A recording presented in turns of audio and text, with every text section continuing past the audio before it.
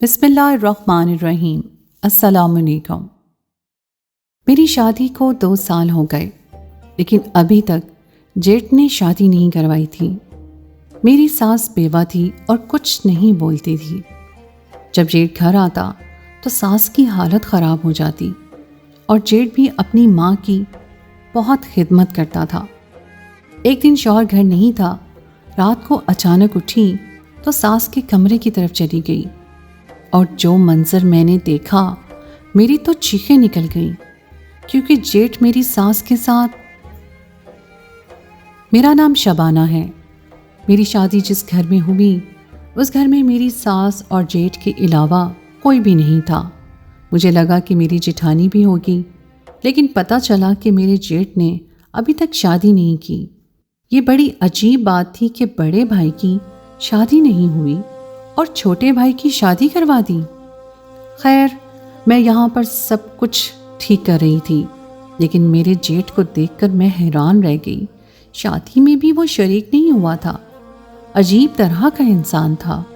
گرمیوں میں بھی اس نے اتنے گرم کپڑے پہنے ہوئے تھے، اپنے جسم کا ایک ایک حصہ چھپا رکھا تھا۔ اس کو دیکھ کر مجھے گرمی لگ رہی تھی کہ اتنی گرمی میں بھلا کوئی ہائی نیک سویٹر کیسے پہن سکتا ہے۔ وہ زیادہ تر پتہ نہیں کہاں غائب رہتا تھا، کبھی کبھی دکھائی دیتا تھا۔ گھر میں ہم 4 لوگ تھے۔ میں پورا دن گھر کے کام کرتی رہتی۔ میرے شوہر کو مجھ سے کوئی مسئلہ نہیں تھا اور مجھے بھی کوئی مسئلہ نہیں، کیونکہ گھر میں بوریت بہت تھی۔ اگر کام نہ کرتی تو پھر دن کیسے گزرتا۔ لیکن میرا جیٹھ میرے ہاتھ کا بنا ہوا کھانا نہیں کھاتا تھا۔ وہ کہتا تھا میں صرف اپنی امی کے ہاتھ کا بنا ہوا کھانا ہی کھاؤں گا۔ سارے گھر کا کام میں کرتی تھی، سب کے لیے کھانا بھی میں بناتی تھی، لیکن میرے جیٹھ کے لیے میری ساس کھانا بناتی تھی۔ ان کی طبیعت خراب رہتی تھی، ان سے اٹھا نہیں جاتا تھا، ایسے میں ان کو کھانا بنانا پڑتا تھا۔ میں نے ان کو کہا کہ پھر میرا کیا فائدہ جو میں نے سب کے لیے کام کر رہی ہوں، آپ کو تو پھر بھی کھانا بنانا ہی پڑتا ہے۔ اس بات پر وہ خاموش ہو جاتی تھیں اور کہتی تھیں کہ کوئی بات نہیں، بچہ ہے نا، اس لیے ضد کرتا ہے۔ بچہ ہے سے کیا مطلب ہے؟ کوئی بچہ تو نہیں چھوٹا سا، وہ اتنا بھی کیا لاڈلا بڑا بیٹا تھا، اور میرے شوہر سے 2 4 نہیں 5 سال ویسے ہی بڑا تھا، اور میرے شوہر کی عمر بھی کوئی کم نہیں تھی۔ میرا شوہر 25 سال کا تھا، اور پھر اس کے نخرے بھی بہت زیادہ ہوتے تھے۔ میری ساس سے وہ کوئی سیدھا کھانا بنانے کو نہیں کہتا تھا، بلکہ اس کو بہت مشکل کھانے بنانے کو کہتا، جن پر وہ زیادہ وقت لگاتی۔ ویسے تو وہ گھر میں زیادہ رہتا نہیں تھا، کبھی کبھی باہر رہا کرتا تھا، لیکن جس دن آ جاتا اس دن میری ساس پورا دن اسی کی خدمت میں لگی رہتی، اور کام کر کے ان کی طبیعت خراب ہو جاتی تھی۔ جیٹھ کی وجہ سے میری ساس کی طبیعت زیادہ خراب ہوتی تو وہ ان کی خدمت کرتا، ان کے پاؤں دباتا تھا، ان کے لیے چائے بناتا تھا، مجھے تو سلام کر کے بھی راضی نہیں تھا۔ ایک گھر میں ہم رہتے تھے، لیکن آپس میں کوئی بات چیت نہیں ہوتی تھی۔ میں نے اپنے شوہر سے کہا کہ تمہارا بڑا بھائی ابھی تک شادی کیوں نہیں کر رہا؟ میری ایک کزن بیٹھی ہوئی ہے، اگر کہتے ہیں تو اس کے ساتھ ان کی شادی کروا دیتے ہیں۔ تو میرے شوہر نے کہا کہ نہیں، کبھی اس گھر میں میری بھائی کی شادی کا نام نہ لینا، اور اس معاملے میں بولنا بھی نہیں۔ اگر تم نے اس کے سامنے اس کی شادی کا ذکر کیا تو پھر وہ غصہ ہو جائے گا، تمہیں کوئی بات سنا دے گا، تو پھر مجھے نہ کہنا کہ میری بے عزتی ہو گئی۔ میں نے کہا کیوں؟ شادی کی بات کرنا گناہ ہے کیا؟ شادی تو پہلے ہی اس کی ہونی چاہیے تھی۔ لگتا ہے آپ کو شادی کرنے کا زیادہ شوق تھا۔ عجیب نہیں لگتا کہ بڑا بھائی گھر میں بیٹھا ہے اور چھوٹے بھائی کی شادی ہو گئی ہے۔ تو میرے شوہر نے کہا کہ دیکھو، میں تمہیں پیار سے سمجھا رہا ہوں، تم کبھی بھی میرے بڑے بھائی کے کسی بھی معاملے میں مت بولنا، وہ بہت ہی بدتمیز انسان ہے اور اس کا کوئی پتہ نہیں چلتا۔ میں نے کہا کہ اتنا برا انسان ہے تو پھر اسے سیدھا کریں، اگر میرے سامنے کوئی بات کی تو میں تو اس کو جواب دے دوں گی۔ میں کسی کی غلط بات برداشت نہیں کرتی، اور ایسا ہی تھا۔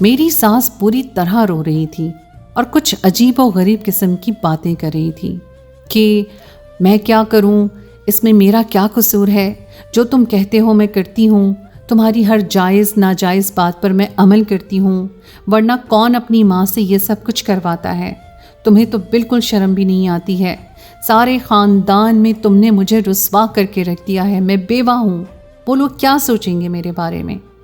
میری ساس تو بول رہی تھی لیکن دوسرا کوئی شخص نہیں بول رہا تھا، شاید وہ فون پر بات کر رہی تھی، لیکن پھر میں نے محسوس کیا کہ ان کے کمرے میں کوئی تھا ضرور۔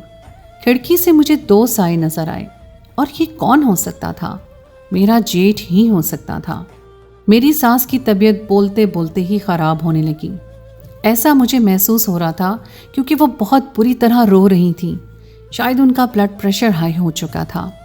مجھے اندر چلے جانا چاہیے تھا، لیکن مجھے اپنے جیٹھ سے ڈر بھی لگتا تھا اور میں اس معاملے میں بولنا نہیں چاہتی تھی۔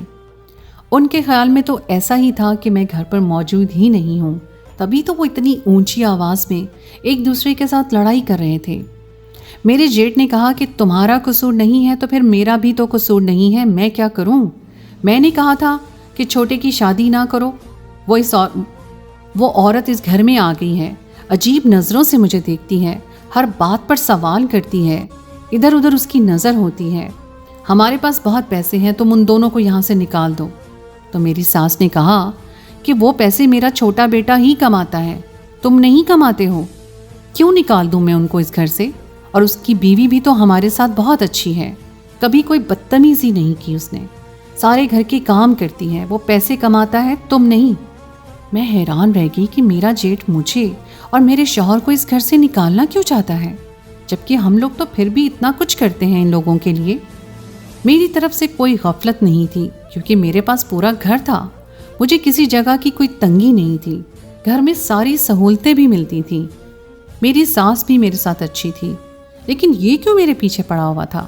میری ساس نے کہا کہ میں اپنے چھوٹے بیٹے کو نہیں نکالوں گی، اگر تم میرے بیٹے ہو تو وہ بھی میرا بیٹا ہے اور میں اس سے بھی بہت محبت کرتی ہوں، کل کو اس کے ہاں اولاد ہوگی، میں اپنے پوتے پوتیوں کو نہ دیکھوں، تم تو شادی کرنا نہیں چاہتے ہو۔ اس بات پر میرے جیٹھ نے شاید کوئی چیز اٹھا کر توڑ دی اور میری ساس پوری طرح رونے لگی۔ اب تو مجھے اندر چلے جانا چاہیے تھا، لیکن میں پھر بھی ڈر رہی تھی۔ ہاں تمہیں تو اسی سے محبت ہے نا، میں تو تمہارے لیے کچھ بھی نہیں ہوں، مجھے تو پیدا ہوتے ہی تمہیں مار دینا چاہیے تھا، لیکن تم نے ایسا نہیں کیا اور اب مجھے برداشت کرنا ہوگا۔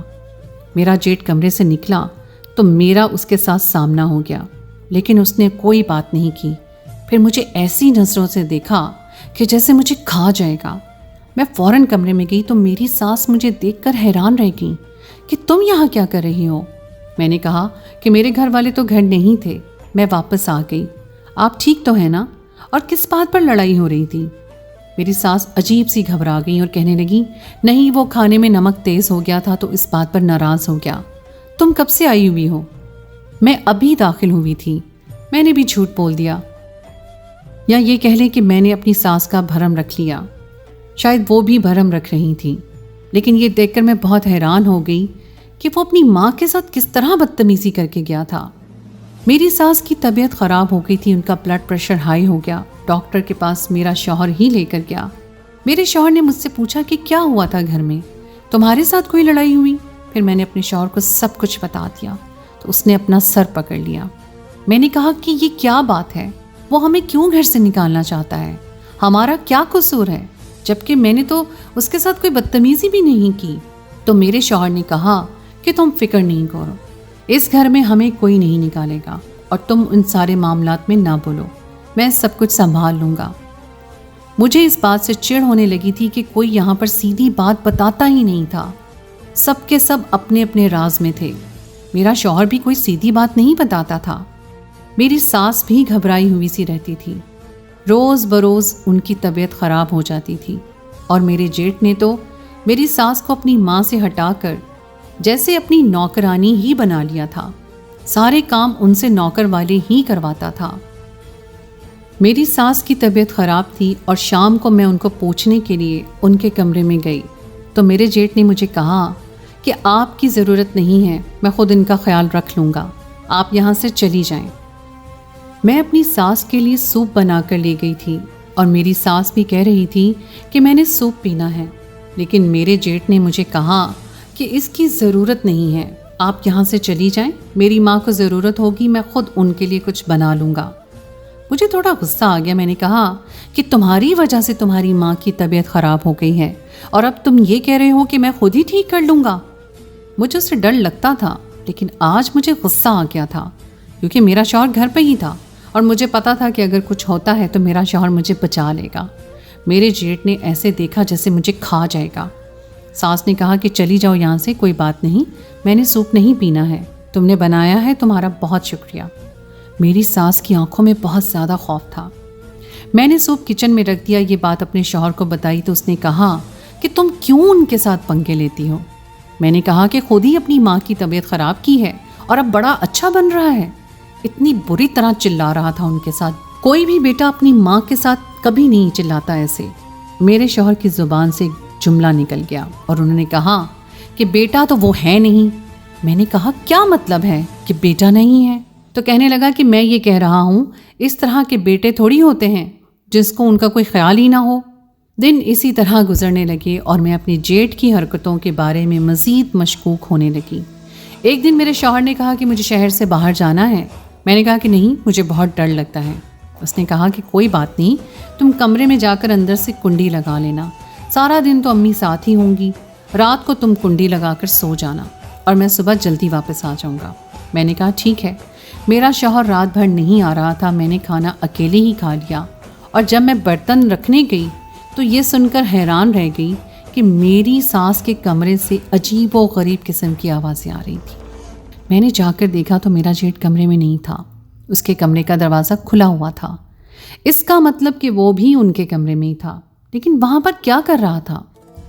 میں کمرے کے قریب چلی گئی اور آوازوں کو سننے لگی۔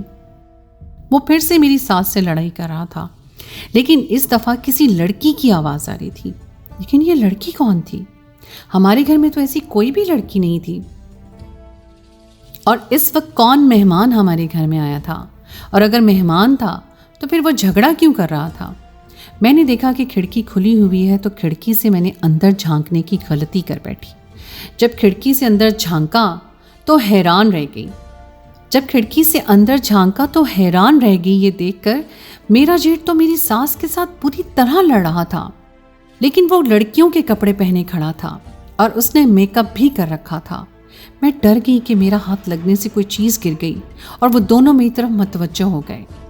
قریب تھا میرا جیٹھ مجھے جان سے مار ڈالتا کیونکہ وہ میری طرف بڑھا تھا، لیکن میری ساس سامنے آ گئی اور ہاتھ جوڑ کر کہنے لگی چھوڑ دو اس کو، اللہ کا نام ہے، یہ بھی کسی کی بیٹی ہے۔